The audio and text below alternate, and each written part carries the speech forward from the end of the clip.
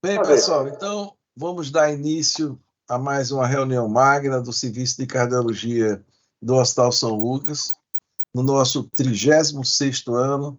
A reunião de um número bem interessante, viu, Rafael? Número 1515, 1515. Pô, maravilha, hein?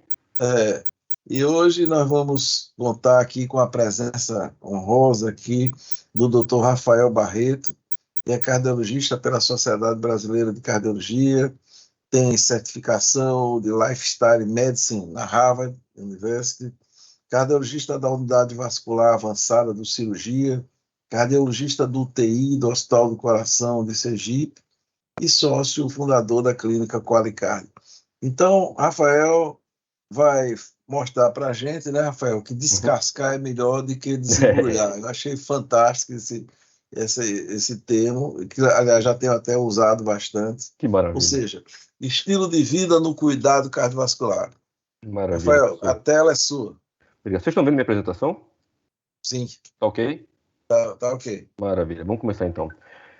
Primeiro de tudo, agradecer. Realmente é uma honra participar dessa reunião com vocês, uma reunião que já virou hábito, né? Uma reunião resiliente, persistente e que tanto vem agregar no dia a dia da cardiologia. Vamos lá, pessoal. O professor Souza me pediu para falar sobre a mesma apresentação que eu fiz lá no Congresso Norte-Nordeste de Cardiologia, agora há um mês atrás.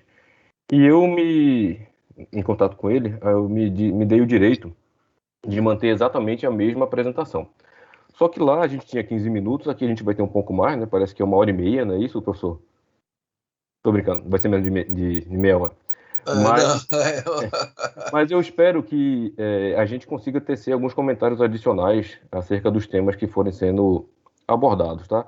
E aí eu peço que vocês fiquem totalmente à vontade para me interromper, para tirar dúvidas, para que a gente possa puxar temas adicionais vinculados a essa temática, tá? Esse assunto.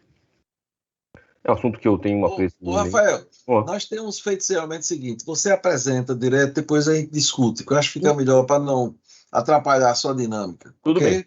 Eu imaginei daquela forma como eu falei, mas fiquem à vontade para a gente manter o hábito, manter a rotina, e aí a gente vai ter tempo para discutir depois. Vamos lá. Todo mundo sabe que eu sou speaker da CVE, mas obviamente para essa apresentação não vai ter nenhum conflito de interesse, tá? E a gente começou sempre falando do risco cardiovascular, né? As principais causas de óbito no Brasil e no mundo ainda são as causas de cardiovasculares. Eu peguei esse slidezinho aí do cardiômetro de hoje, tá? Então agora, dia 3, agora há pouco, mais de 300 mil mortes cardiovasculares só no Brasil. Porém, as doenças cardiovasculares podem ser atenuadas ou até revertidas com hábitos saudáveis. Tá? Isso foi bem documentado nesse trial de 2016, em que eles pegaram pacientes com risco pré-determinado geneticamente baixo, intermediário e alto e avaliaram o estilo de vida como estilo favorável, estilo de vida intermediário, né, adoção intermediária aos hábitos saudáveis, e um estilo de vida desfavorável. E observem que mesmo no grupo de alto risco genético pré-determinado, a atividade física, a alimentação saudável e todos os componentes de um hábito saudável foram altamente eficazes em reduzir o risco predito para esses grupos de pacientes, em todas as variáveis analisadas. Tá? Uma das iniciativas mais contundentes dos últimos anos tem sido esses Life Essential 8 do American Heart. A questão, quando a gente está falando de estilo de vida, é que o Life Essential 8 ele fala de atividades comportamentais e de ações medicamentosas, porque ele traz para a gente o controle da hipertensão arterial, tá? O controle da glicemia e o controle rigoroso do colesterol, ok? Então, acho que acaba fugindo um pouquinho da nossa aula de hoje, mas quando a gente traz para a nossa rotina as medidas comportamentais de uma forma mais específica, todas as sociedades de Lifestyle Medicine trabalham com o que eles chamam de 6 pilares da vida saudável. Tá? Isso é quase que uma unanimidade. E ele passa por dieta e hidratação, né? Atividade física, exercício regular, um sono reparador, tá? Conexões sociais positivas, isso é uma questão também bastante abordada, tá? Evitar substâncias de risco, e aí entram os lícitos ilícitos, tá? E o manejo do estresse, ok? É claro que não é meu interesse, não é minha intenção a gente esgotar esse tema aqui, é impossível a gente falar sobre todas as variáveis que abordam o estilo de vida saudável, mas eu trago para vocês o que eu chamo de tripé da vida saudável, que é o que eu faço habitualmente no meu consultório, no meu dia a dia, que é justamente dieta e hidratação, dieta saudável, hidratação adequada, exercício físico regular e o manejo do estresse. Tá? E por que eu trago um tripé? Me parece muito sensato, muito lógico, que uma pessoa que se dispõe a se alimentar adequadamente, a se exercitar regularmente e ter a consciência do seu estresse, do seu status psicoemocional, ela provavelmente vai adotar um sono reparador, ela vai se ambientar numa situação de maior conforto cognitivo, ela vai se interessar por evitar substâncias nocivas e todos os outros componentes dos pilares da vida saudável. Então eu vou começar falando especificamente da dieta e hidratação. A hidratação é um tema de pouco hábito na avaliação do nosso paciente, mas de uma forma geral e simplória, fica a recomendação da ingestão diária de 30 a 50 ml por quilo de peso por dia de água, tá? Há de se considerar realmente as limitações dos pacientes insuficientes cardíacos, mas essa minha apresentação ela faz referência a toda a população que a gente lida no dia a dia, tanto de pessoas saudáveis quanto de pessoas doentes do coração, mas ainda assim os esportistas, tá? Então a gente tem que sempre tentar trabalhar, obviamente, com uma equipe multiprofissional fica muito mais fácil, mas sempre tentar adequar às necessidades do nosso cliente barra paciente. Sempre que a gente fala de dieta, nos vem imediatamente à cabeça a dieta do Mediterrâneo. E está comprovado, né, está mais do que sedimentado, que a dieta mediterrânea, aquela em que a gente tem o uso recorrente de azeite de oliva extra virgem e de castanhas, né, que chamam de nuts, ela é benéfica para o sistema cardiovascular no sentido de prevenção de desfechos duros, tá? Mas por que a gente fala tanto de dieta do Mediterrâneo? Por um motivo muito simples. Simplesmente é a mais estudada, tá? O padrão alimentar mais estudado. Então a gente tem evidências mais contundentes quando a gente trata da dieta do Mediterrâneo, certo? E meta-análises de meta-análise trazem para a gente esses benefícios, tá? Redução de mortalidade por todas as causas, redução de mortalidade por doença cardiovascular, redução de infarto, redução de AVC. Então, a dieta do Mediterrâneo é um padrão alimentar altamente positivo para a prevenção da doença cardiovascular, quer seja em prevenção primária ou secundária. Mas, assim, o simples hábito de a gente aumentar produtos vegetais, tá? Que sejam vegetais terrosos ou não, que sejam frutas, o simples hábito de comer alimentos frescos diminui de forma significativa a mortalidade cardiovascular. Isso também está bem sedimentado, bem documentado. Mas não é só isso, tá? Existem vários padrões dietéticos, várias dietas, algumas muito na moda, outras estigmatizadas, mas de uma forma muito pragmática, de forma muito prática, a melhor dieta é aquela que o seu paciente consegue aderir, tá? Quando a gente vê os padrões de dieta DASH, low carb, mediterrânea, cetogênica, Ornish, Atkins, a PE Diet, elas têm um ponto em comum entre elas, tá? E as variações são mínimas. Esse ponto ele se refere ao consumo de alimentos frescos ou minimamente processados, tá? Normalmente produtos embalados, certo? Com processamento apenas para evitar a contaminação de agentes biológicos. Mas se a gente come bicho e planta, você está mais ou menos no caminho certo. Recentemente, a gente tem esses dois estudos que avaliaram os padrões alimentares em relação ao consumo de carboidrato. Está muito na moda a low carb diet. A low carb diet é uma dieta em que a gente consegue reduzir o percentual de carboidratos consumidos pelos pacientes e ela parece ser particularmente interessante nos pacientes diabéticos, tá? Mas vejam por esse gráfico que tanto no estudo ERIC quanto no PURE, consumos muito baixos de carboidrato assim como o consumo muito excessivo de carboidrato, foram correlacionados com piores desfechos. Então, ali, por volta de 50% a 55% do percentual total de energia consumida ao longo do dia na forma de carboidratos parece ser um valor bem interessante. Mas onde é que está o detalhe desse gráfico? Quando a gente olha para os extremos da curva, é quando a gente vê as substituições. Tá? Se a gente olha para a direita do gráfico, com um alto consumo de carboidrato trazendo malefícios, não tenham dúvida. O que está acontecendo aqui é o consumo de carboidratos refinados, carboidratos rápidos, carboidratos ultraprocessados, normalmente os farináceos. Do outro lado da curva, do lado esquerdo, quando a gente tem uma baixíssima carga energética proveniente de carboidratos, a gente começa a ver padrões de consumo excessivo de gorduras, notadamente as frituras. Tá? Isso também é altamente deletério para o sistema cardiovascular.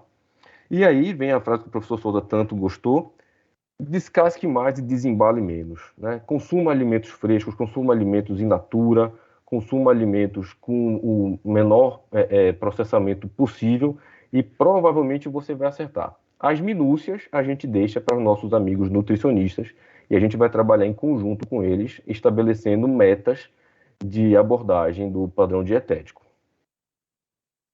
Pulando para a parte de exercício, e eu sempre gosto de frisar que o exercício físico tem que ser regular.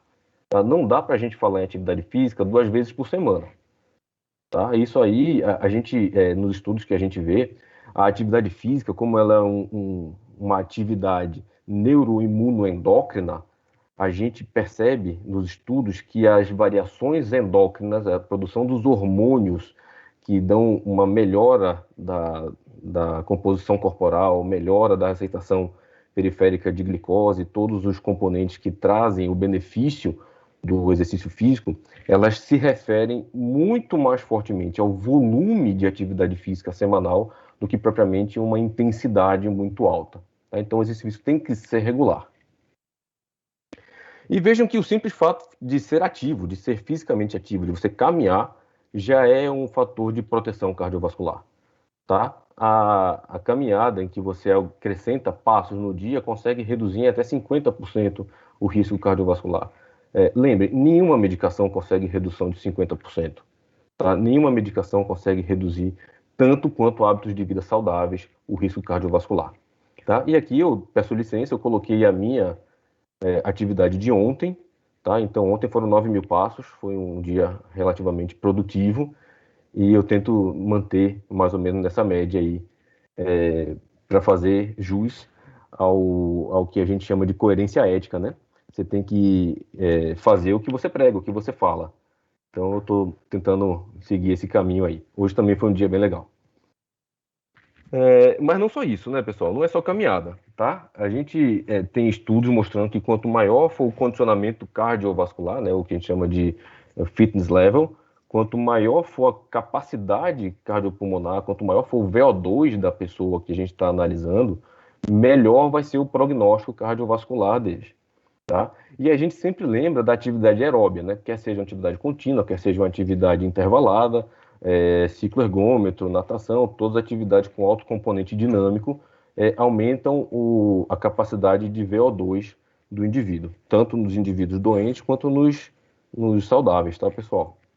Mas a gente esquece da atividade de força, tá? E eu trago para vocês esse trabalho do professor Saldanha, lá da USP. Ele é educador físico e ele é o treinador de um tal de César Cielo, talvez já tenham ouvido falar. Então, aquele mesmo medalhista de ouro olímpico, certo? O que ele fez? Ele pegou pacientes hipertensos tratados, tá? Suspendeu a medicação nesse M aqui que vocês estão vendo, tá? Essa barra cinza.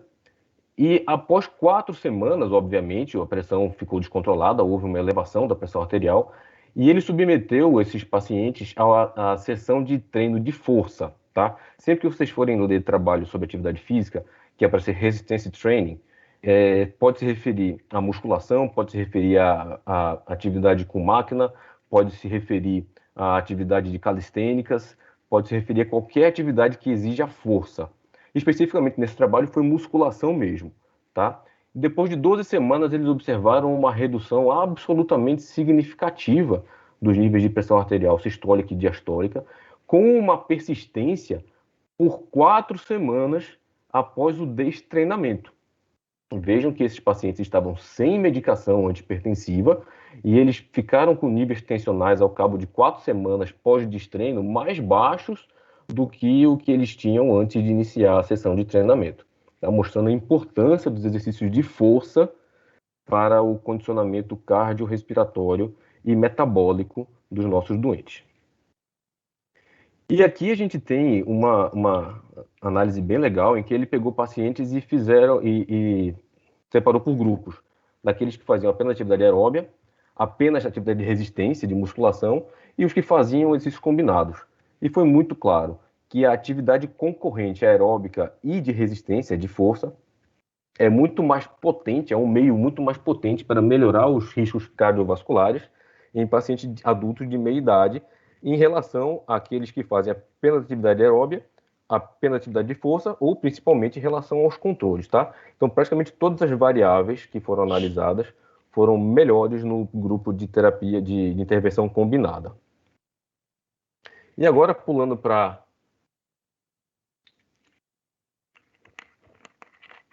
o terceiro pé do tripé da vida saudável, manejo do estresse. E aí eu fiz questão de frisar, né, Guto, que a gente tem que manejar o estresse. Não tem vida sem estresse. O paciente chega para mim, doutor Rafael, eu que sou hipertenso, eu não posso ter estresse, né? Eu perguntei, como? Tá, você vai morar lá no Nepal, né? Vai virar um monge e vai fugir da realidade. Então, assim, não existe. Então, a gente tem manejo do estresse mesmo. E o estresse, ele está intimamente correlacionado à doença aterosclerótica coronariana e cerebral, tá?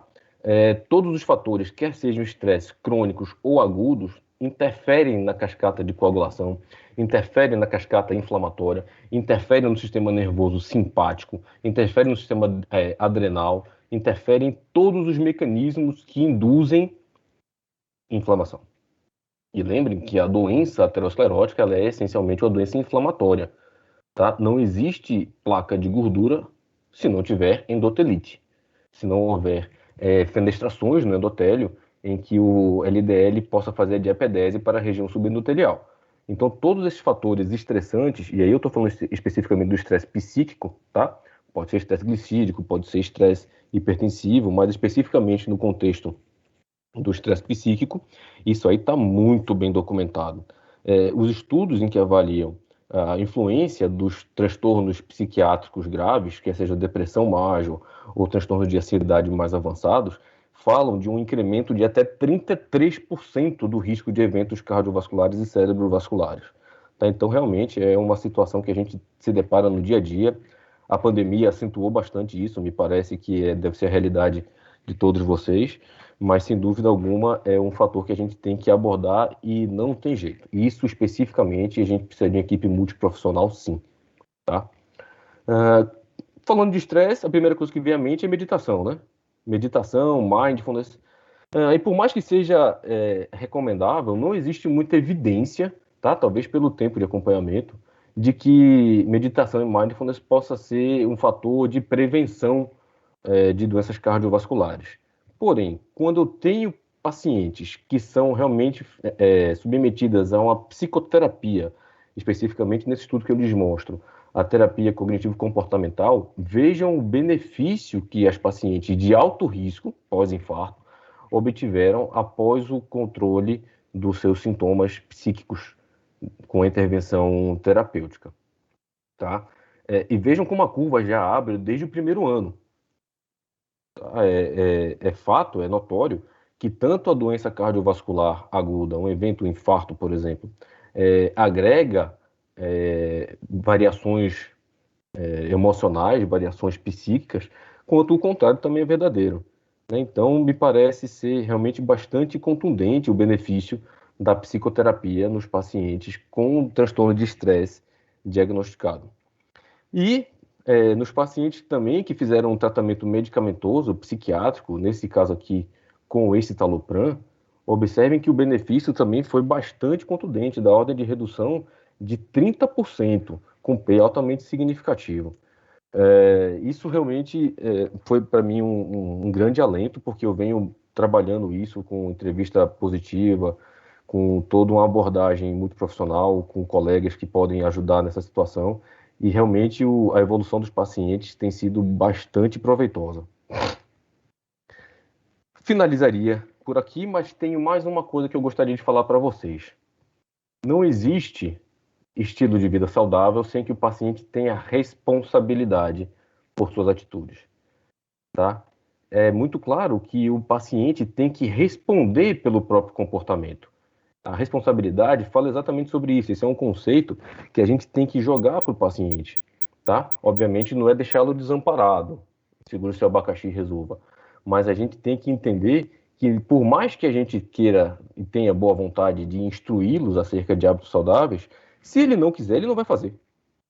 Quantos de nós já atendeu o paciente e orientou atividade física, orientou a reduzir carboidratos refinados, e no final da consulta o paciente, doutor, minha receita já está pronta, né? Porque é isso que ele quer fazer exame de 6 em 6 meses, fazer sua receitinha e tomar o remédio dele e fim de papo. E um dos professores lá de Harvard, ele falou exatamente isso, não percam, não gastem sua energia vital com quem não quer. Quem não quer, ele está assumindo a responsabilidade. Ele vai ter que assumir o risco do seu comportamento, tá? E aí, quando a gente trabalha essa questão com os nossos pacientes, sempre vem uma dúvida entre motivação e disciplina. Tá? A motivação, ela faz referência a um motivo, a uma razão, uma justificativa. Né? A disciplina, ela vai determinar, vai ter uma razão determinística, vai ser um comportamento resiliente, até antifrágil, né, Galvão? A motivação depende do estado de espírito. Hoje eu tô de mau humor porque eu briguei com a minha esposa, eu não vou para academia. Né? Amanhã poxa, vou ter um dia muito cheio, então depois de amanhã eu vou comer um hambúrguer do McDonald's. Então, realmente, isso tem uma questão que pode ser melhor trabalhado com um estado mais racional. Mas a motivação serve como início, é o primeiro passo. A disciplina vai gerar o meio, o caminho para que isso seja atingido. Na motivação, o paciente motivado, a pessoa motivada, ele foca no objetivo. A pessoa disciplinada foca no processo. Tá? O motivado, a motivação, faz com que você execute apenas aquilo que você quer. Então, homens muito comumente vão para a academia querem treinar peito e costas e braço, não querem treinar perna. Lembre-se que o exercício de força para os membros inferiores é o que mais induz produção endógena de testosterona. Mas ele não quer fazer porque ele não gosta. Já o disciplinado, ele faz o que precisa ser feito, mesmo que ele não goste, e com a mesma dedicação que ele faria se amasse aquilo. Tá? A motivação vai nos trazer sonhos, a disciplina nos traz metas. E isso é interessante porque o hábito saudável, ele se cria após não menos do que 60, 66 dias de disciplina rigorosa. Então, a excelência, o professor Teles fala bem isso, portanto, não é um feito, mas um hábito, uma rotina. E aí eu trago duas frases bem interessantes, essa primeira é do Denzel Washington, ele fala que sem comprometimento, e eu coloco a minha interpelação, motivação, você nunca começará. Porém, sem a consistência, que se refere à disciplina, você nunca terminará, nunca chegará ao seu objetivo. E uma das referências de dedicação, de disciplina, é o Usain Bolt, em que ele diz que treinou duro durante 4 anos para correr apenas 9 segundos nas Olimpíadas. Então a motivação dele era a medalha de ouro. Tá? Se ele ficasse focado apenas na motivação da medalha de ouro, ele provavelmente não se dedicaria tão intensamente aos treinamentos que o fizessem correr de forma extremamente veloz nos 9 segundos das Olimpíadas. Tá? Então, essa é uma referência que eu tenho no dia a dia. À noite, na madrugada, fica aqui, alguém aqui... Alguém está com o microfone ligado. Fica aqui. Dessa forma, pessoal... vou ficar de plantão. Alguém está com o microfone ligado, aí, por favor. Botar na frente, né? É melhor, então. Preferência a próxima porta de vidro. Eu vou... essa daqui, do Centro Médico. Não, daqui do Decos mesmo. Tá, do Decos mesmo. Eu vou passar o stick home message para vocês. Tá. E aí é o seguinte, pessoal. Beleza, vou deixar as coisas aí. Né, um resuminho que a gente falou agora há pouco. As doenças cardiovasculares são altamente preveníveis através de modificações do estilo de vida. Tá? A dieta saudável, atividade física regular, manejo do estresse, além de outros hábitos, reduzem significativamente o risco cardiovascular, tá? E lembre sempre de incentivar, não cobrar do seu paciente a tomar controle da própria saúde, bem como a fazer escolhas saudáveis e positivas. Tá? Lembramos que os hábitos saudáveis são uma forma altamente eficaz de investimento enquanto se é saudável. Tá? Ao adoecer, elas passam a ser dívidas a serem honradas. E nós sabemos que os boletos chegam todos os dias. Beleza, pessoal? Era isso. Muito obrigado. Então, estou à disposição aí, uma meia horinha para a gente bater um papo, como vocês quiserem. Parabéns, Rafael. Nós já, alguns aqui já tiveram o privilégio de assistir sua apresentação e agora eu acho que você ainda caprichou mais, e sem dúvida muito interessante. Eu tava observando aquela história do estresse. Uhum. Semana passada eu estava com um paciente, um empresário, e eu dizendo para ele com estresse intenso e tudo mais, eu dizendo para ele, olha, você vai ter que tirar o estresse, porque você sabe que o malefício, etc. Aí na hora que ele estava saindo, eu disse, agora, se você descobrir esse e-mail, me avise também, né, que eu quero seguir. É bem por aí. É bem por aí. Então, e uma coisa interessante que muito dessa questão do anti-estresse vai pelo conceito da espiritualidade, que tem se trabalhado muito ultimamente, né? Então, eu estava observando já tem muitos estudos tentando, porque eu acho que o grande problema é como implementar a espiritualidade, que a gente não tem dúvida que as pessoas que têm maior nível de espiritualidade desenvolvem bem insuficiência cardíaca, controlam mais hipertensão, têm mais desempenho, mas você incrementar isso é meio complicado. Mas eu lendo para uma apresentação que fiz no ano passado, eu vi um estudo até curioso, em que pegavam cuidadoras de pacientes. Você sabe que hoje em dia é uma profissão que crescente, né? A quantidade de pessoas idosas. E a perspectiva de crescer mais ainda.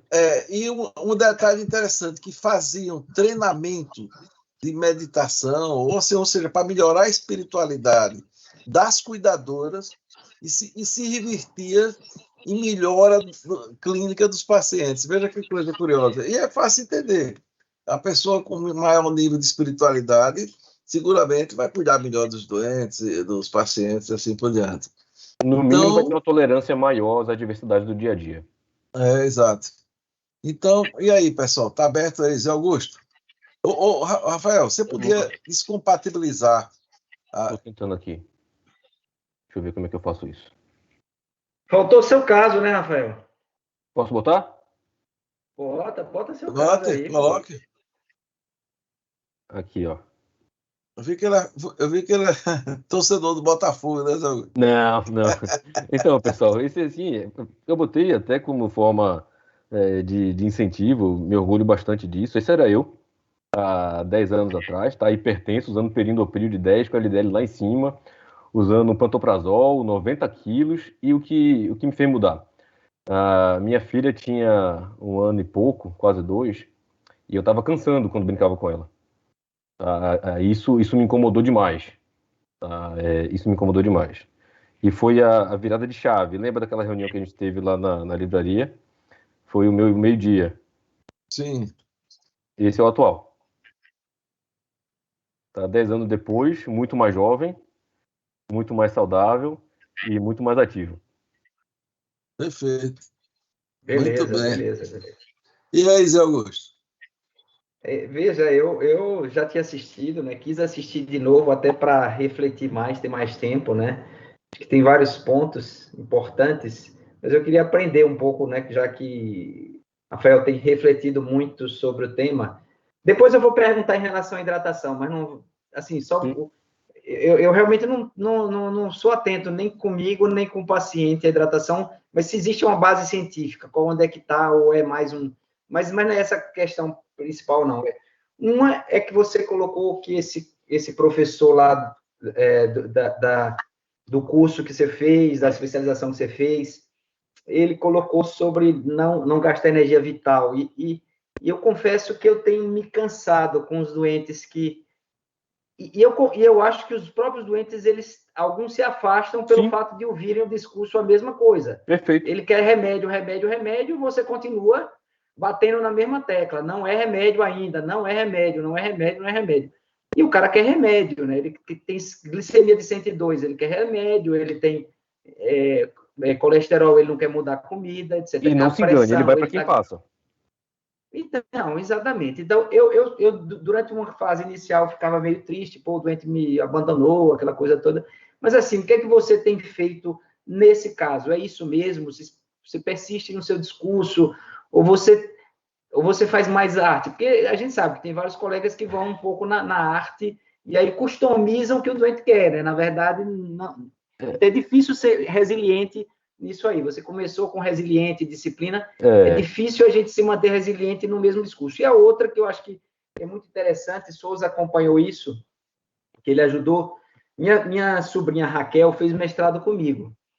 E ela até trabalhou paciente Souza, meu, do pai, da mãe, e ela foi estudar, é um estudo qualitativo sobre aqueles indivíduos que, como você, que mudaram o estilo de vida e mantiveram durante mais de ano o estilo de vida ok, bacana. E é engraçado, apesar desses pacientes, Souza se lembra bem disso, apesar desses pacientes frequentarem médicos orientados, o que fez ele mudar, o que fez a ficha cair, o botão virar, foi algo do tipo, você foi uma questão afetiva com sua filha. Um foi o vizinho que teve um infarto, ou então foi um neto que disse, vô, o senhor ainda fumando, vô? Entendeu? Ou então um belo dia foi no mar, viu um pôr do sol, etc., que aí vem a espiritualidade, e ele disse, poxa, que merda que eu estou fazendo com a minha vida, que besteira eu estou fazendo com a minha vida, de não me cuidar. Então, eu queria ouvir você, assim, esses dois pontos. Essa tese vale a pena você ler, porque eu acho que vale a pena... Sim, claro. Tem os relatos dos pacientes, né? O que é que fez ele despertar. Eu queria que você comentasse esses dois pontos. O doente que ele se cansa de você, você se cansa dele, é fato. Eu tenho alguns que... Eu canso de ficar falando, ele deve cansar de ficar ouvindo, um belo dia a gente se separa e cada um vai para o seu canto. E o outro é essa aí. Zé Augusto... É apenas de motivação, né, Zé Augusto? Tem para todo mundo. Tem para todo gosto. Então, assim, eu sempre coloco de forma muito suave na primeira, na segunda consulta, tá? Eu sempre coloco de forma muito discreta as orientações gerais, certo? E tento entender como é que é a aceitação dele, ou dela, óbvio, né? Acerca da temática. Tá? E começa a ficar cada vez mais claro. O que o paciente vem pedindo ou vem esperando, a expectativa do doente em relação ao nosso atendimento. Tá?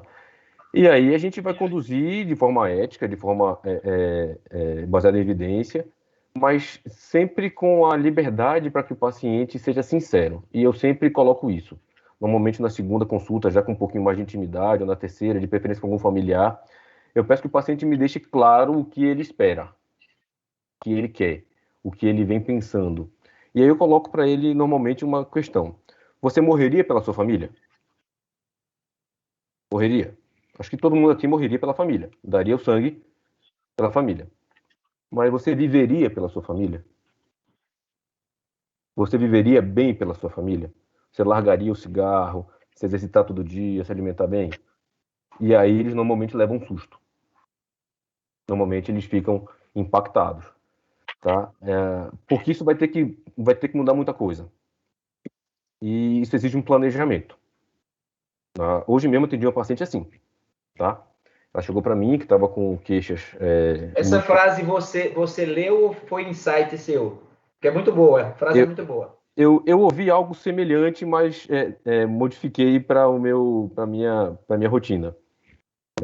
Assim, ouvi algo, um contexto essa muito... vale botar em aula, viu? Acho que vale a pena botar em aula essa frase. Acho que é importante. Pode deixar, vou botar assim. Então, hoje eu atendi uma paciente assim, de 37 anos. Palpitação, dor torácica, um monte de coisas. E eu, assim, vamos com calma.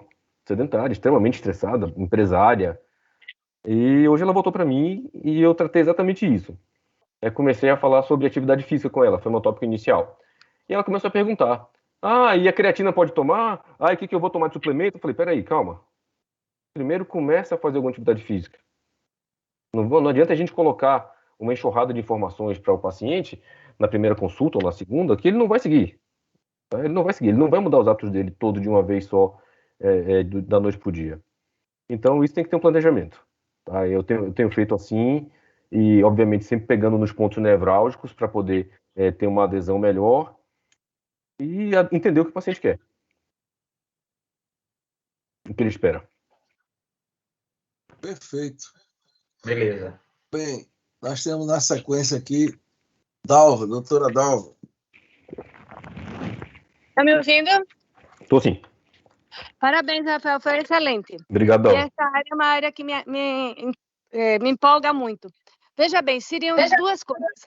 Uma coisa eu concordo plenamente com você. O que eu coloco para os meus pacientes é o seguinte, que a metade das doenças que a gente tem se deve a um estilo de vida inadequado, né? Que não saudável. Então, não há como você tratar essas doenças se você não modificar o estilo de vida. Então, isso eu deixo bem claro. Doença crônico-degenerativa, a maioria delas, claro que não vamos desprezar o componente genético, mas a maioria delas a gente não teria, essa é a verdade, se a gente tivesse um estilo de vida mais saudável. E a outra, você já tocou no assunto, que seria a questão da suplementação ou do uso de creatina e whey protein para todo mundo. Tipo, o cara treina 4 horas por semana, toma whey protein, toma creatina. Quer dizer, isso é uma prática saudável e eu tenho observado aumento da creatinina. Não da ureia, mas da creatinina nesses pacientes. Tá. Então, eu queria saber o que você acha a respeito. Ô, Dalva, obrigado pela pergunta. É um tema que eu adoro tratar, certo? Minha pós-graduação atual está sendo nessa temática. E assim, o whey protein, assim, existem 3 suplementos que são comprovadamente eficazes, tá? Whey protein, creatina e cafeína, tá? Esses 3 são comprovadamente eficazes. A questão é, para quem? Tá? Para quem? Olha, se você tem uma dieta muito bem equilibrada, se você consegue bater suas metas de proteína, que a gente coloca aí entre 1,6 a 2,2 gramas de proteína por quilo de peso por dia, de proteína bruta, proteína líquida, tá? Não estou falando de peito de frango. Provavelmente você não vai precisar suplementar. A questão é, para você, uma pessoa, eu tenho 80 quilos atualmente, minha meta de proteína é de 160 gramas dia, é quase 1 quilo de frango por dia. Tá? É bastante comida. Fora a inconveniência de você andar com marmita. Então, nesse contexto, por exemplo, o whey protein me facilita bastante. Certo? A creatina, ela é um suplemento que vai ajudar bastante na performance, notadamente nos exercícios de alto componente estático, tá? Então, os que trabalham mais a parte anaeróbica, então musculação, tênis, certo? Trabalham realmente com essa parte de componente mais anaeróbio, então a creatina entra muito bem e é o suplemento mais estudado do mundo, tá?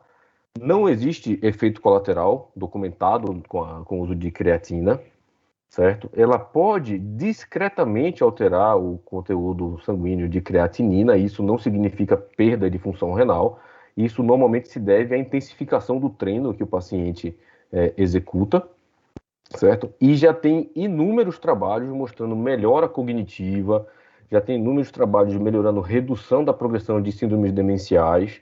Então, a creatina é um suplemento absolutamente seguro, tá? Indicado para a maioria das pessoas, porém, nem todo mundo vai usufruir a creatina na sua plenitude, se for uma paciente sedentária, não vai ter tanto benefício, tá? Mas na recuperação muscular, após AVC, então isso entra em vários contextos, tá bom? Não sei se respondi, mas é por aí. Perfeito. Agora, na sequência, Luiz Flávio Prado. Meu chefe. Fala, pessoal. Boa noite. Rafael, parabéns pela aula. Viu? Valeu. Excelente. Eu não tive a oportunidade de assistir no congresso, porque coincidiu com alguma das mesas que eu estava. Mas era uma mesa que eu queria ter visto. Veja, eu milito junto com o Rafael nessa questão de qualidade de vida. E as pessoas confundem muito. Veja que Rafael falou de exercício físico, mas não falou em ser atleta. Uhum. E é pelo contrário, né? Tem cada vez mais estudos mostrando que um aumento do volume, depois Milena pode falar sobre isso, mas um aumento de carga, de volume. E como eu falo, atleta nunca é saudável. Não, é outro mundo, é outra realidade. E os pacientes, eles querem compensar, eles querem perder peso, e eles chegam no consultório, normalmente, pedindo uma autorização para ir para academia. Eles querem perder peso, e às vezes eles conseguem aderir até melhor ao exercício físico do que a dieta. Um puxa o outro, né? Quando ele começa a fazer exercício físico, ele fica mais aderente à dieta, ele dorme melhor, ele tem melhor condição de aderir a uma dieta também, indivíduo que dorme mal, e aí qualidade do sono deve ser avaliado nesse contexto de qualidade de vida, porque influencia muito no assim, controle de estresse e tá aí na adesão às dietas, né, Rafael? Agora, as pessoas tendem a achar que a atividade física é importante para perder peso, por exemplo, e ela tem um componente muito, assim, decepcionante. Porque uma dieta, exercício físico não consegue compensar uma dieta ruim, né? Nunca. Jamais. Então, isso é uma coisa que eu vejo muito na Polícia Militar. A Polícia Militar tem uma população extremamente heterogênea de pessoas que entram com 20, 22 anos de idade, né? E se aposentam cedo, costumam se aposentar cedo, 55, antes dos 60 eles já estão aposentados. E é quase que unânime a evolução deles dentro do caminho da síndrome metabólica. Então, para entrar na Polícia Militar, o indivíduo não pode ter glicemia acima de 100, não pode ter colesterol alto, não pode ter sobrepeso, tá? Tem que ter o IMC normal, tem que ser atleta, né? Porque ele passa por provas físicas que são vigorosas e tal. E pronto, da porta para dentro, ele larga tudo que ele fez, né? Tudo aquilo que ele fez para levar ele àquela condição de atleta, entre aspas, para que ele passasse no concurso, da porta para dentro, quando ele entra na instituição, ele larga. Isso é quase regra. Alguns militares que estão ali nas forças especiais, batalhão de choque, pelotão de Caatinga, pelotão de operações especiais, GTA, eles têm um pouco mais de disciplina, porque o próprio treinamento semanal deles exige um pouco mais de atividade física. Perfeito. Mas é quase regra eles terceirizarem o cuidado. Eu achei isso fantástico que você falou, assim, todo mundo tem que ter responsabilidade. E hoje eu cansei, né? Como o José Augusto falou, eu cansei. Eu passei um tempo tentando convencer as pessoas sobre dieta saudável, alimentação e tal. Agora eu não faço mais isso. Falei, vem cá, qual é o caminho que você quer? Você quer o caminho do remédio ou você quer o caminho de um estilo de vida mais saudável? Então, o mais caro é o do remédio, sempre vai ser eficiente. O mais barato é o mais trabalhoso, né? Mas é o mais eficiente. Mas ninguém disse que vai ser fácil, né, Luiz? Não, nunca é fácil.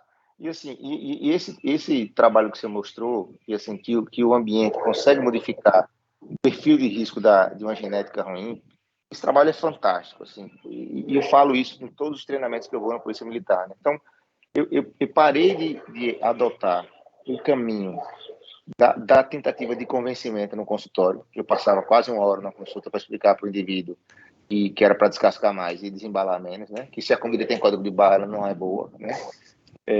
Então, eu passei a adotar uma estratégia um pouco, que eu acho que é um pouco mais dinâmica e talvez um pouco mais eficiente.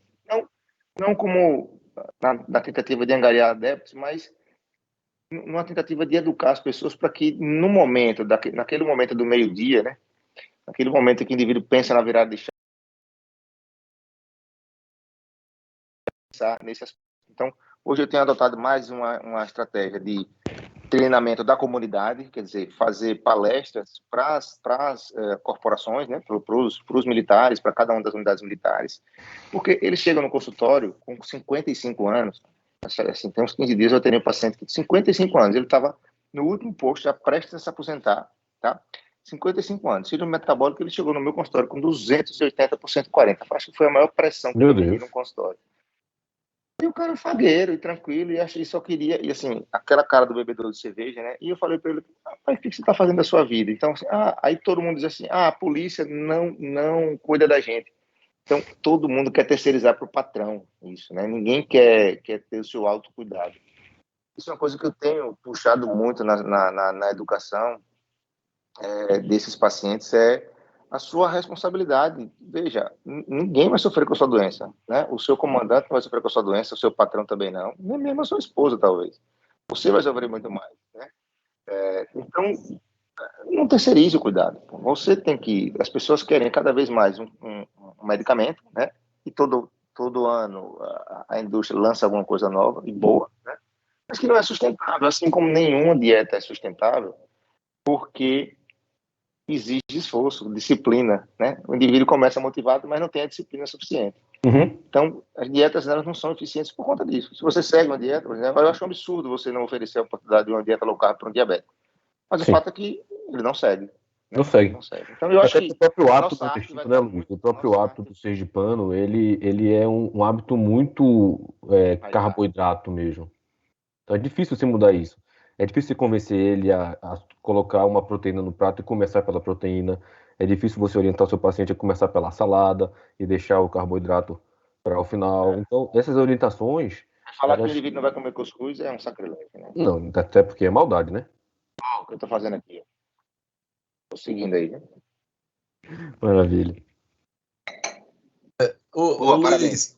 Obrigado, Luiz. Luiz, interessante, você falou uma frase interessante. Não tem exercício físico que consiga...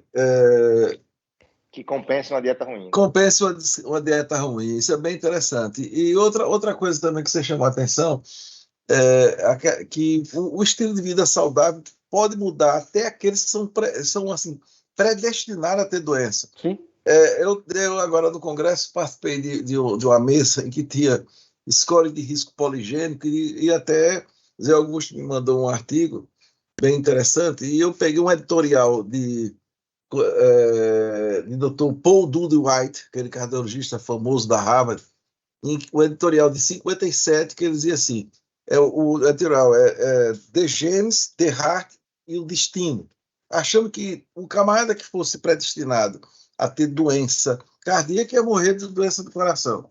Bem, então, esse estudo que foi publicado no New England em 2016, é um estudo feito no Mass General, mas pegou, assim, mais de 55 mil pacientes de vários estudos, de várias cortes, o Eric e outras cortes, e teve um transversal, que eles pegaram, fizeram escola de risco poligênico, identificaram aqueles indivíduos com mais alto risco e etc.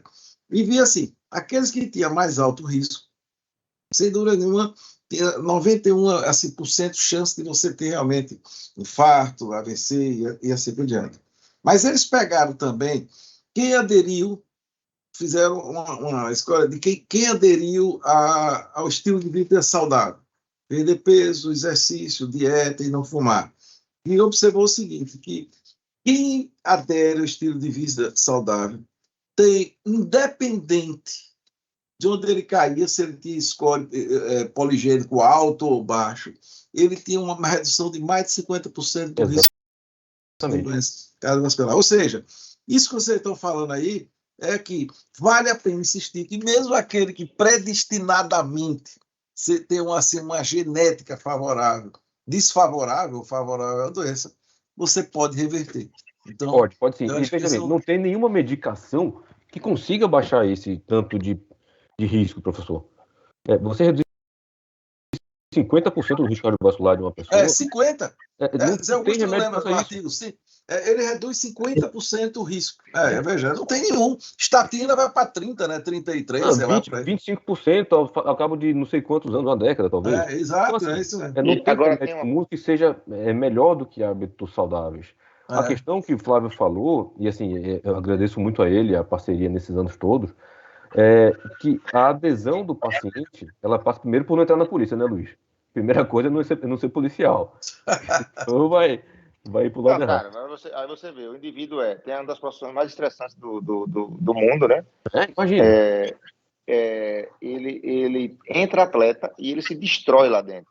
Tá? Sim, e ele tem uma escala desvirtua. Assim, veja, não é carga horária, ele trabalha, e quando o indivíduo chega para mim falar de carga horária, não dá tempo, eu falei, não, pode parar, que isso aí você não me convence, porque se ele disser quantas horas eu trabalho, o cara trabalha um dia, 24 horas, ele fica 3 dias em casa, entendeu? Nesses 3 dias ele não faz nada. Não faz besteira, né? ele terceiriza, ele fica reclamando, faz besteira. Então, era isso que eu ia falar. E aí tem uma coisa assim, que o indivíduo fala assim, o senso comum é péssimo, o senso comum é cruel. O que é que ele faz? Doutor, minha família toda morre de infarto, eu vim aqui fazer meus exames para me prevenir, mas o cara está fazendo nada. E aí, para ele, e a família toda morre de infarto, ele também vai morrer, ele só está esperando o dia, e ele não faz nada para tentar mudar a realidade dele, entendeu? Como se fosse uma predestinação, realmente. E a gente precisa passar para ele isso, né? Que a genética ruim pode vale ser, a pena, né? Ser, vale a pena. Então, é que ninguém atualmente, ninguém, vírgula, né? As pessoas atualmente, com todas as facilidades da vida moderna, não querem se cuidar, elas querem ser cuidadas.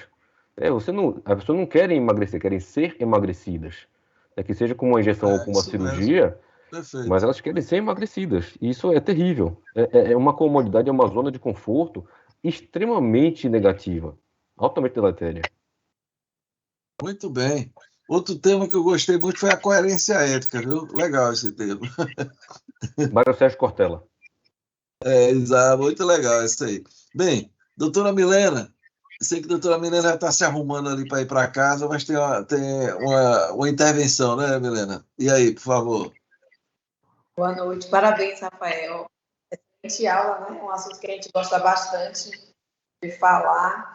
E tiveram alguns pontos que o Luiz Flávio também falou, os dois, que eu gostaria de fazer alguns comentários rápidos. Quando o Luiz falou exercício físico para perda de peso, né? Realmente, no cardiopulmonar, pouca gente sabe, eu só fiz questão de reforçar, mas a gente faz calorimetria ao esforço. Então, se vocês quiserem ter noção quanto o paciente gasta de calorias no exercício, tem uma parte lá, uma tabela, que vocês conseguem saber na frequência cardíaca a média que ele está gastando de quilocalorias por minuto. Aí vocês conseguem convencer o paciente. Observe, aí você multiplica. Se você fizer isso em 30 minutos, você está perdendo X. Se você comer um hambúrguer, não foi nada aquela caminhada. Porque o exercício que faz é moderar a intensidade, é mais baixo do que isso. Então, isso que o Luiz Flávio falou foi ótimo. Eu aproveitei esse ensejo, que às vezes as pessoas nem percebem. No teste cardiopulmonar, a gente tem calorimetria ao esforço. Milena. Oi. Deixa eu só colocar um gancho pegando isso que você falou. Assim, nesses meus treinamentos lá de educação em saúde, para a Polícia Militar, eu coloco lá no slide um Garmin de uma meia maratona que eu fiz. E coloco lá aquela estimativa do gasto calórico que o Garmin coloca, né? Acho que deu 1.800, 1.300. 1.300 calorias, e aí eu coloco 2 horas correndo. Eu coloco um Big Mac, a promoção do Big Mac. E eu falo para eles, veja, se você comer um Big Mac, você vai ter que passar 2 horas correndo para queimar isso que você comeu. Entendeu? Se você quiser zerar. Então, é cruel, é exatamente isso que você falou. E tem mais um detalhe, assim, o exercício físico causa fome, né? Então, se o indivíduo não tiver um hábito alimentar bom, ele não vai comer porcaria. Então, Luiz, fora que é o seguinte, você correu durante 2 horas, gastou 1.800 calorias, só que você não vai consumir 1.800 calorias de frango grelhado com batata doce e fruta. Você vai no McDonald's com batata frita e refrigerante com açúcar. Né? Então, o índice glicêmico vai explodir sua insulina, vai te trazer um distúrbio metabólico que é irreparável. Não tem corrida de meia maratona no mundo que consiga corrigir isso. Verdade. E outro ponto importante é que a gente está falando muito daquele paciente que tem um estilo ruim, mas não falou tanto do paciente já com doença estabelecida, né? E o que eu percebo? Exercício físico na cardiopatia isquêmica, indicação 1A. E quantos prescrevem exercício? Agora, se você não prescrever aspirina, estatina, poxa, que médico ruim. Agora, a gente tem o exercício físico de uma maneira econômica, porque tem outras maneiras, nem necessariamente você precisa gastar exercício. Se um paciente for de baixo risco, você consegue fazer de uma maneira simples. E quantos prescrevem o exercício físico? A gente está falando de estilo de vida, naquele paciente chega para a gente, tem uma hipertensão, mas aquele com doença estabelecida, com insuficiência cardíaca, já com cardiopatia isquêmica, quantos realmente prescrevem exercício físico? Se a gente receber um paciente, está com a melhor medicação, mas ninguém pergunta, ninguém não, assim, mas uma boa parte esquece de dar um tempo na consulta. E na cardiopatia isquêmica a gente sabe que é 1A. E outro ponto que saiu, que eu coloquei no grupo, esse ano, que eu achei bem interessante, ele colocando assim, a gente não mede glicemia, pressão arterial, né, colesterol, porque a gente não mede o VO2, porque a gente não mensura a capacidade funcional do paciente. E ele botando o VO2 como novo sinal vital. e ele traz até um ponto, ele traz o ponto da idade acima de 40 anos. Quanto da gente, eu vejo muito isso. Eu vou fazer exame, paciente jovem, e você olha, uma condição aeróbica, que às vezes o exame parece um cardiopata. E eu até falo para o colega, olha, mas as variáveis dessa paciente são tão reduzidas que tem que investigar. Então, quantas vezes se preocupa com a capacidade funcional dos nossos pacientes? E a gente sabe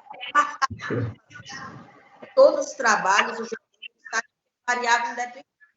Então, assim, foi excelente a aula e eu trago para os nossos pacientes cardiopatas já com doença estabelecida, a gente se preocupar mais com o exercício físico, prescrever mais, gastar um tempo da consulta falando sobre isso. Ô, Milena, existe também uma estigmatização do paciente cardiopata, que é aquele paciente que tem que ficar em repouso na sala o tempo todo vendo televisão. E quando a gente sabe, como você muito bem disse, que a atividade física é fundamental para que ele consiga melhorar o metabolismo aeróbio e anaeróbio dele, melhorar a tolerância aos esforços, melhorar a postura. Lembra do professor Cláudio Gil? Ele sempre fala daquele teste senta-levanta. Aquilo ali tem implicância prognóstica, né? Então, o paciente só vai conseguir fazer o teste senta-levanta se ele tiver um condicionamento de força e de capacidade de VO2 minimamente aceitável. Né? Então, olha, ele precisa realmente se exercitar. Na né? Fala, melhora a qualidade de vida, né? Reduz a hospitalização, nem falar em mortalidade, porque a gente, na insuficiência cardíaca é um pouco contraditória. E a gente fica buscando a droga, que o paciente já tem, o quarteto já está pesado na conta, né? E a gente fica buscando a droga que tenha essa dimensão, que nem chega a reduzir mortalidade, mas já melhora a qualidade de vida. Gente, e o exercício físico? Esse paciente faz exercício físico. Olha, vocês precisam perceber o benefício do paciente quando começa na reabilitação. Eu era uma pessoa sedentária, igual a história de Rafael. Eu era. Sabe quando foi que eu mudei? Foi quando eu passei no ambulatório de transplante. Eu fiquei impressionado. O paciente estava na fila, todo bem medicado. Ele melhorava a VO2, saía da fila de transplante. Eu falei, gente, como é que pode? Então, assim, é algo que parece básico, mas a gente faz. E a gente tem que policiar nesse controle da capacidade funcional do paciente. Era só isso, mas foi excelente, Rafael. Viu? Muito bem. Souza, ainda tem um tempinho. Então, sim, antes de passar para você, tinha uma frase no Dante, no setor de reabilitação, que dizia assim: pode ser que o exercício não dê mais anos à sua vida, mas certamente dará mais vida a seus anos. Eu acho que ela tem que ser, essa frase tem que ser reformulada. Então, pode ter certeza que o exercício vai dar mais vida e mais anos à sua vida. Zé Augusto. Veja, eu acho que você viu que o assunto... Opa! Estão ouvindo? É que, Rafael, não sei se ele está ouvindo a gente. Eu estou ouvindo, sim. Estou ouvindo muito bem. É que a tela está frisada. Às vezes congela um pouquinho, às vezes congela, mas tudo bem. Vai lá, Zé Augusto. Veja, eu acho assim, acho que a Milena tocou num ponto, todo mundo tocou nesse ponto, né? Quando uma diretriz ela é lançada, a diretriz ela traz o que é classe 1 de indicação, né? Mas a implementação é um caminho muito longo. Até chegar na ponta de eu implementar, é um caminho longo, tanto é que alguns acham que só 20% vai chegar lá para mudar o desfecho. E o que é implementado mais rapidamente, geralmente, é porque a propaganda é melhor. Então, a gente está vivendo numa sociedade onde continua o remédio sendo o centro da promoção de saúde. Isso parece trivial, mas existe uma indústria muito grande, todo mundo sabe disso, mas cada dia me impressiona mais. Eu vou trazer só um dado. O risco residual que a gente fala, para a engenharia, risco residual é quando eu tenho um risco inerente, eu trato esse risco com que a gente sabe que funciona, perda de peso, atividade física, dieta, etc., com os remédios classicamente, e depois eu vou ver o que é que sobra do risco. Todos os testes, todos os ensaios clínicos que aparecem no mercado podem observar isso. Quando a gente vai para o baseline dos trabalhos, essa população está muito maltratada. A pressão não está controlada, o peso não está controlado, não tem nenhum protocolo de dieta, não tem nenhum protocolo de atividade física, etc. E o ensaio clínico, ele serve unicamente para dizer, essa droga funciona nesse cenário, mas não um top do que a gente deveria estar fazendo. A gente não faz o dever de casa para acrescentar drogas novas. Porque o sistema, ele, infelizmente, o sistema, ele não tem uma moral. A ciência não tem uma moral. Quem dá moral são os homens e quem financia as pesquisas. As pesquisas, elas não estão direcionadas especificamente a resolver o problema da população e nem a reduzir custo para melhorar a sustentabilidade do sistema. Existe, se vocês pegarem hoje esse conceito de risco residual, essa propaganda de risco residual, é incrível, porque existe um portfólio muito importante Existem umas 8 ou 10 drogas que vão ser lançadas só para tratar lípides. Essa tecnologia que foi agora prêmio Nobel, né, que do RNA, etc., que a gente viu agora na Covid, tá se espalhando para tratamento de hipertensão com subcutâneo, tratamento do colesterol com subcutâneo, com LPAzinha com subcutâneo, etc. Então, há uma propaganda muito grande. Então, eu acho que essa mudança parte disso, dessas reuniões de pessoas que são convictas, que são, como a gente se diz, já são convertidas, né, no tema e que vão replicando, e isso é geracional. A população está preferindo se atolar de remédio, mas isso faz parte da doença mental da contemporaneidade.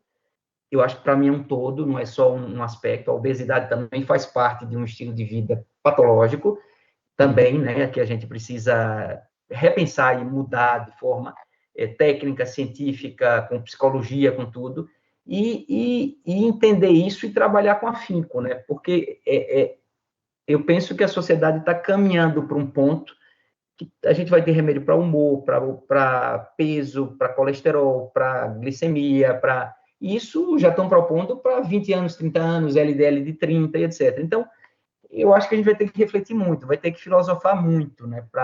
E só vai tocar o doente na afetividade, não é na racionalidade. É aquilo que Rafael sentiu quando estava com o filho dele, né? Filha, né? Não sei. Que ele sentiu que estava cansando e aquilo caiu uma ficha e foi talvez o gatilho que fez ele dar uma mudança. Então, eu penso muito nisso. Do ponto de vista populacional, é uma empreitada gigantesca. Né, com todos os estímulos de Instagram e Facebook da vida, e as desvirtuações da doença e da saúde, fica realmente muito difícil trabalhar do ponto de vista populacional. Mas, do ponto de vista individual e pessoal, a gente consegue fazer intervenções sim. Mas suas palavras foram absolutamente precisas, professor. Nada. E nessa linha, a gente tem que imaginar que o exercício é um remédio, que não é uma droga. Né? Porque esse conceito é tão... Aí uma diretriz, você viu isso, Souza? A diretriz, alimento é medicina, vocês viram isso? Mais ou menos isso aí. Então, aí essa diretriz essa semana, alimento é medicina. Exatamente. É medicina. Então, mas eu estou dizendo aqui que está tão arregado no conceito de remédio como sendo droga, que você vê que a gente até usa isso aqui. Olha, o melhor remédio é uma alimentação adequada. Quer dizer, mas é importante a pessoa ter a consciência que é um remédio, não tenha dúvida. Mas não precisa usar uma droga, né? uma substância química para isso. Sim. Muito bem. E aí, nosso convidado baiano, Gilcinho, quer fazer algum comentário? Opa, boa noite, pessoal. Eu tirei a câmera e ouvi o tempo todo fazendo justamente minha malhação. Boa. O assunto me interessa do ponto de vista pessoal. Excelente. E ouvir o Rafael sempre é sempre muito bom, viu, Rafael? Obrigado, um jogo muito didático. Eu fiquei com a curiosidade que, aliás, o Zé Augusto comentou lá no início, mas eu fiquei curioso, de qualquer forma, Rafael, a saber do ponto de vista de evidência sobre a hidratação que você falou. Eu, particularmente, nesse momento agora eu estou em dieta e eu estou achando que uma sugestão que me deram, que eu estou seguindo, de beber mais água, me ajuda a controlar mais meus gatilhos para comer. Muito. Mas eu não tenho nenhuma evidência sobre isso. É um achismo puro. Não, Gilson, cara, você, como sempre, me deixa em saia curta, né, cara? Mas vamos lá. O que a gente tem de evidência do grau de hidratação vem dos estudos com atletas, tá? Com esportistas, não necessariamente atletas de competição de elite, mas com esportistas, tá? E as evidências falam a favor realmente do consumo diário de cerca de 30 a 50 ml por quilo de peso por dia. A gente acaba transportando de forma extrapolada mesmo para o nosso dia a dia, tá? Mas quando você fala que isso tem eficácia na sua rotina, tem sim, tá? O consumo regular de água em quantidades adequadas, ela inclusive ajuda a reduzir a retenção hídrica, tá? Você vai trabalhar melhor a capacidade filtrativa renal e acaba reduzindo os processos retentores mesmo, certo? Então, inclusive, é uma das recomendações principais no processo de emagrecimento é ajustar a hidratação. Tá? Mas de evidência contundente, eu inclusive estava pesquisando essa semana acerca da hidratação no cuidado cardiovascular, mas realmente não tem uma evidência acerca da quantidade. A gente, como eu te falei, traz dos estudos com os esportistas. Tem uma... Hoje, sua observação foi excelente. Assim, tem uma dica que eu dou aos pacientes, que é assim, quando eles começam uma mudança, uma reeducação alimentar e tal, eles começam às vezes, a passar por uns períodos de fome, né? E eu falo assim, olha, cuidado com as armadilhas. Às vezes a fome você trata com água. Uhum. Você sentiu fome, aquela roedeira no estômago, tá? Vai lá e toma um copão d'água. Se passar a fome, não era fome de verdade. Então, assim, vai treinando isso. Sabe o que eu falo, Luiz? Quando você preparar seu prato do almoço, prepara um semelhante num pires e deixa guardadinho. Na hora que der fome, olha pro pires. Se você quiser comer aquela comida, é fome. Manda ver, tá? Se você não quiser comer aquela comida, é porque aquilo ali não é fome. Aquilo ali é sua vontade de comer. Você foge da geladeira, sai de perto da despensa, vai fazer outra coisa, vai tomar água, porque aquilo ali não vai ser nada bom.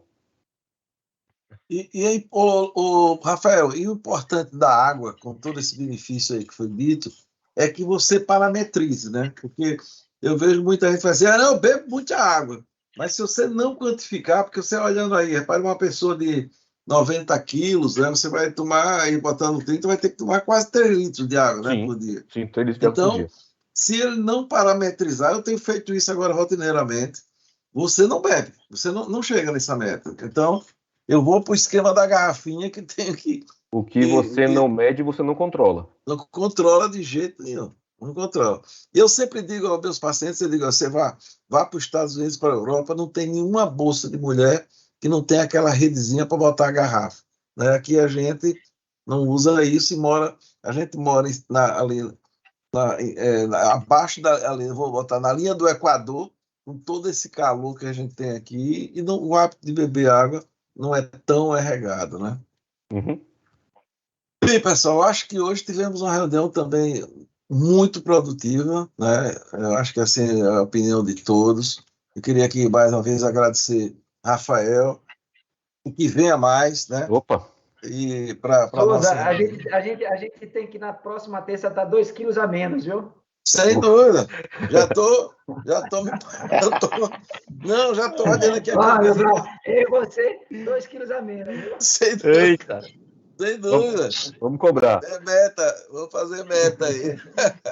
Começar a pesar, viu, Milena? Lá no setor, toda quarta-feira eu vou pesar agora.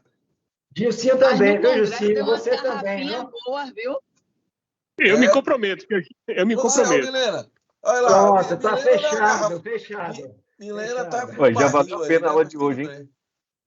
Tá vendo? Eu digo para meus pacientes, como é que você faz? Carregou a garrafa, não vai levar pesada para casa. Se perceber que não bebeu, beba toda. É bom que já chegue em casa com menos fome na hora do almoço. Perfeito.